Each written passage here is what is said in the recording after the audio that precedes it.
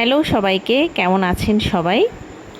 ডাল চিংড়ির কম্বিনেশনের একটা বড়া আর সাথে বড়ার ঝোল যেটা করেছি সেটা খেতে এত দুর্দান্ত হয়েছে না।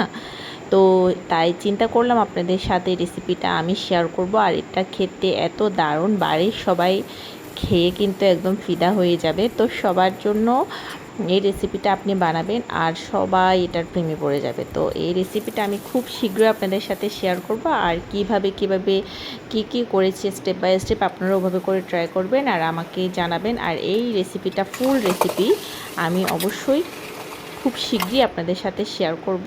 তো সবাই ভালো থাকবেন, সুস্থ থাকবেন। আর কে কোথা থেকে আমার ভিডিও দেখছেন অবশ্যই আমাকে কমেন্ট করে জানাবেন।